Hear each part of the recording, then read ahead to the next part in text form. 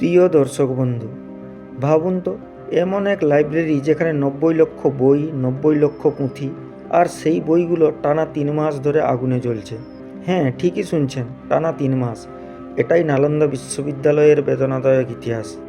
আজ থেকে প্রায় 1600 বছর আগে প্রথম কুমারগুপ্তের হাত ধরে জন্ম নিয়েছিল এক মহামহিম প্রতিষ্ঠান, নালন্দা বিশ্ববিদ্যালয়, যেখানে আর্যভট্ট, নাগার্জুন, শিলভদ্রর মতো মহান ঋষিরা পড়াতেন গণিত, চিকিৎসা বিজ্ঞান, মহাকাশ বিজ্ঞান, দর্শন, ভাষাতত্ত্বের মতো যুগান্তরকারী বিষয়। একটা সময় ছিল যখন পৃথিবীর মানুষ অক্সফোর্ড, হার্ভার্ড নয়, বরং নালন্দাকে বলতো বিশ্বের শ্রেষ্ঠ বিশ্ববিদ্যালয়। নালন্দায় পড়তে হলে শুধু ধনী বাবার ছেলে হলেই হতো না, এন্ট্রান্স পরীক্ষা দিতে হতো।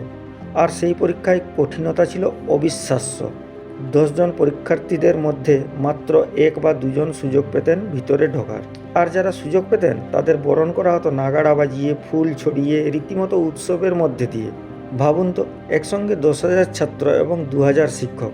থাকার এবং খাওয়ার জন্য ছাত্রদের 1 টাকাও দিতে হতো না। 200টি গ্রাম থেকে চাল, দুধ, ঘি, বাদাম, কর্পূরের মতো উপকরণ প্রতিদিন নালন্দায় পাঠানো হতো। এখানে কখনো লিখিত পরীক্ষা হতো না, বরং হতো কি, বিতর্ক সভা। যে ছাত্র যুক্তি দিয়ে শিক্ষকদের মন জয় করতে পারত, সেই উঠত পরের স্তরে। নালন্দার হৃদয় ছিল ধর্মগঞ্জ, তৎকালীন পৃথিবীর সবচেয়ে বড় লাইব্রেরি, যেখানে ছিল 90 লক্ষ বই।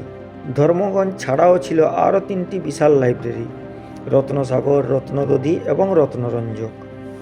কিন্তু 1193 সালে ইতিহাসের এক নির্মম অধ্যায় শুরু হয়। তুর্কি সেনাপ্রধান মোহাম্মদ বখতিয়ার খিলজি আক্রমণ করেন নালন্দা। কারো মতে লাইব্রেরিতে তার ধর্মের কোনো বই না পেয়ে রাগে আগুন ধরিয়ে দেন। আবার অনেকে বলেন ভারতের উন্নত চিকিৎসা ব্যবস্থা থেকে হিংসা থেকেই ধ্বংস করেন নালন্দাকে।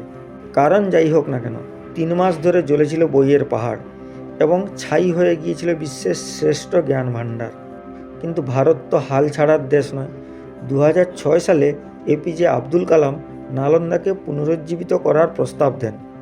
2014 সালে 800 বছর পর আবার শুরু হয় ক্লাস, আর 2024 সালে উদ্বোধন হয় নতুন ক্যাম্পাস, 1759 কোটি টাকার ব্যয় নির্মিত এক আধুনিক শিক্ষানগরী।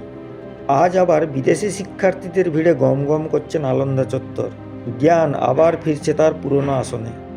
নালন্দা শুধু একটি বিশ্ববিদ্যালয় নয়, জ্ঞানের অনন্ত প্রবাহের নাম নালন্দা। এখানে দাঁড়ালে আজও নাকি শরীরে কাঁটা দিয়ে ওঠে। আপনি কি কখনো ঘুরে এসেছেন নালন্দা বিশ্ববিদ্যালয়? আপনার অভিজ্ঞতা কমেন্ট বক্সে অবশ্যই জানান। জয় হিন্দ, জয় ভারত।